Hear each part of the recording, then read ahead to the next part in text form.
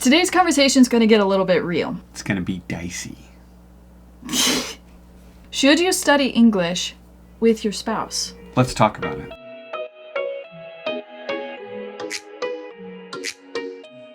What's up, guys, and welcome back to WaiGuo Friends English. Today we're going to have a natural conversation, and all we're going to debate or talk about is, should you study with your spouse? Should you study a language with your spouse? And this is going to be fueled by our personal experience, which is why this could be either a good thing or a bad thing. So, what do you think? If you could boil it down to yes or no, what would you say? I would say yes, but it also depends. It was left to me, I would say there's this amount of time that you spend with a private tutor or in your own self-study, and then you have this amount of time that you spend with your spouse. Because if you really want to learn a language well and quickly, you need to incorporate it into your home and into your lifestyle, which includes your spouse, hopefully. Because of that, I would say, yes, it's good. But if I had to choose one or the other, I don't know. That's the part that's tricky. Because I'm such a self-study person. Like, I was homeschooled. So for me, like, studying on my own at my own pace, going as deep as I want to or as I feel like going on a day, is great because I can really dive deep with some things and do a really high quality job with a few words, which is opposite of the way that Josh studies. Yeah, no, I am almost purely functional. Give me the things that I need to use and use right away. Give me the basic stuff. Give me the layers afterwards. We actually had this experience. We had the opportunity there for a little bit before our son was born to be able to have the time where we could spend in a classroom. And we went to university together as well. We did study, but studying languages is a bit different than studying information. Yeah. Information, it's just basically, you're there, you're listening, you're reading a book. It's pretty easy. Studying languages is also about performance.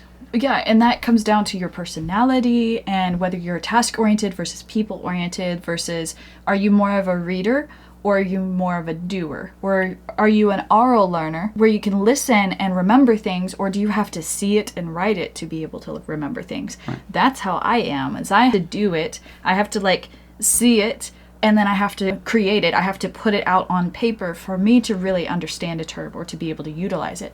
Josh is more oral, so for him, he can just listen to it in a conversation. If he hears it a few times, boom, he'll run with it. He'll start experimenting. He throws himself out there and makes a bajillion mistakes, and people correct him, and then he's fine. He's good. He's got the word.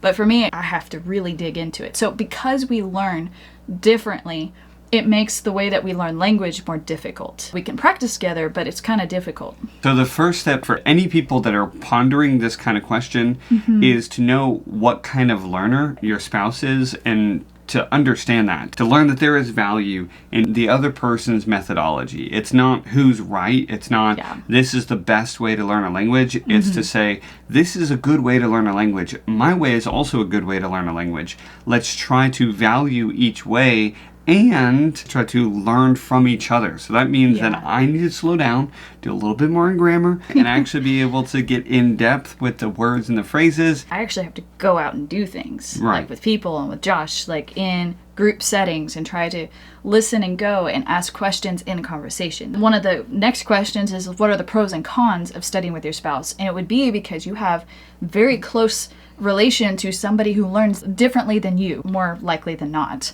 So they learn differently. They have different strengths and weaknesses than you do. Therefore, both of you spending time studying each other's way can really grow you and stretch you. But that can also be a point of tension, of great tension. We have seen it over and over again, actually. Frustration is extremely real when it comes to learning with your spouse, because generally speaking, you want to spend the time with your spouse. You don't want to be focusing on this task, this language have-tos. You want to be able to have fun. You want to be able to hang out at the end of the day. And so it can be frustrating to not only be in conflict with the methodology, but also, and perhaps even more so, with the skill level. So just naturally, one spouse is going to seem to progress faster than the other spouse. And often it's because they're taking a different methodology. That was how it was with us in Chinese. He went really fast. He just zoomed ahead.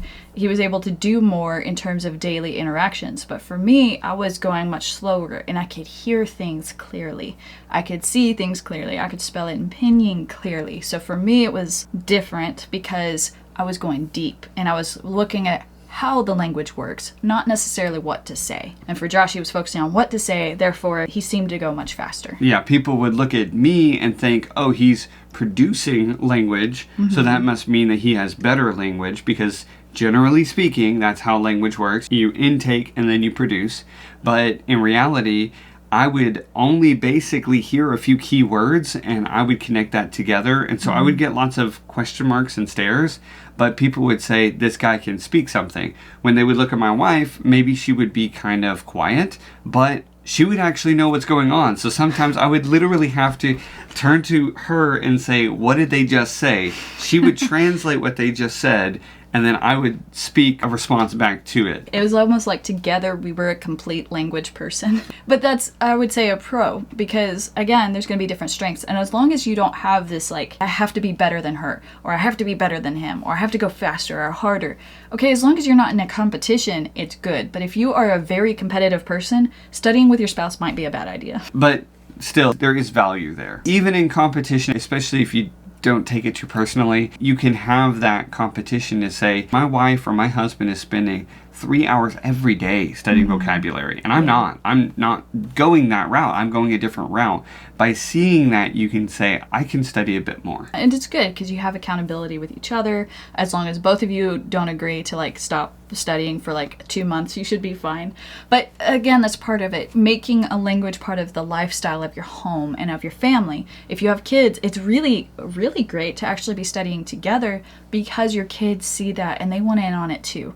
And so you could do family activities, you could do all kinds of things around the home where you could start talking about things, sharing instructions, all of that. And those are all great and wonderful things, and they should be done if the goal is for all of you to speak the target language. One good idea that can really help you kind of marry these two conflicting methodologies together is to try to give kind of roles or areas that each spouse has a little bit more ownership in. So for example, for me, it was actually going out and like picking up packages and talking to delivery guys, while Amber, her tasks generally were revolved around shopping online for bulk groceries or something like that. And that was largely on her. So she actually ended up having to have a lot more functional written vocabulary than I did. I would look at her sometimes and be like, how did you do that? People look at me like I'm the language master here because I can speak a few words in Chinese.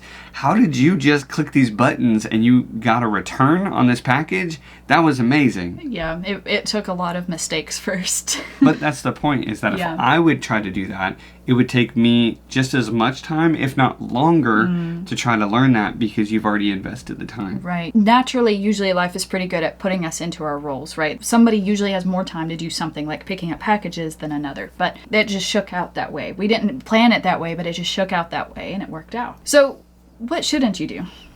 What not to do? I think what we touched on before is to make it a competition. At first, the competition, like I said, can be helpful, but there's a point where it can be extremely hurtful and degrading because if you are living in another place, odds are the native speakers there are going to kind of do that already. Amber felt a little belittled just because I could speak Chinese and she couldn't speak it as well. So they assumed that her language was far worse than it actually was. She just couldn't speak it out loud. You ask her to read it, she could. You ask her to listen to it, she could.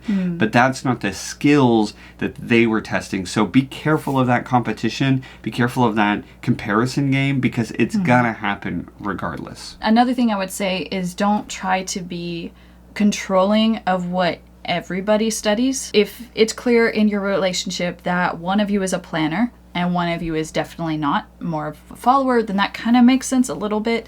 But make sure it doesn't hurt them emotionally, because something that's so performance-based and that other people have so much to say on how well you speak or not, that can really cause problems. If you say, okay, well, this time we're going to do this. All of us are going to do this. We're going to follow this curriculum. We're going to do this. It's okay to a degree, but again, you have to be thinking of the strengths of the person, what they actually enjoy doing in the language, because it should be enjoyable. Yeah. It is hard. It is monotonous at times, but it is also really enjoyable. And it's more fun to discover words and to discover the stories behind them so that you remember them better than it is to follow this rigid plan and the schedule because you have to. So if you tend to be more of the planner, task-oriented side like I am, be mindful of the personality of the person you're studying with, of your spouse, of your kids.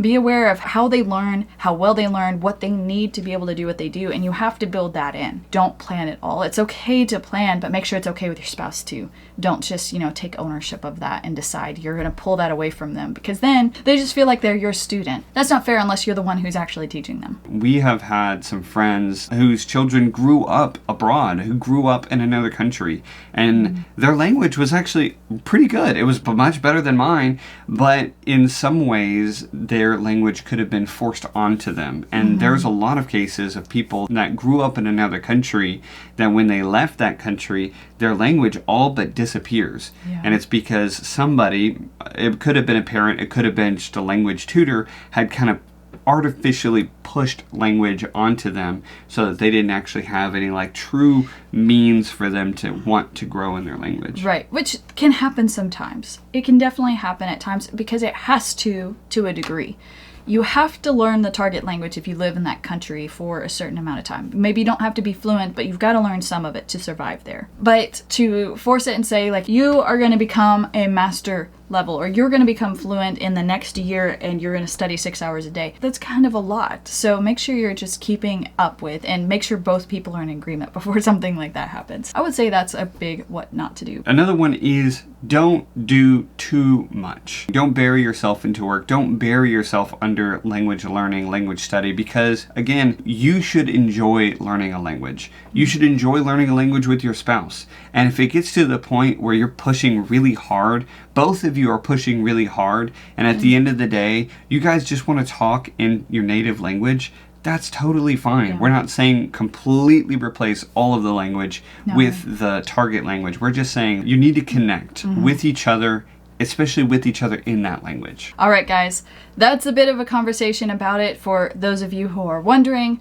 from those who have lived it. So we encourage you, it is a battle. It can be a struggle in order to combine fluency and language learning with that home life, but it is incredibly valuable. It's incredibly valuable to make that English learning home that we've talked about on this channel so much. If you want to learn more about how to make English language learning part of your home culture, part of your lifestyle, go ahead and check out this video here where we really go into depth about it, and we give you some really practical things that you can do to build English into your lifestyle. All right, guys, thank you so much for watching this video, and we will catch you on the next one. Bye.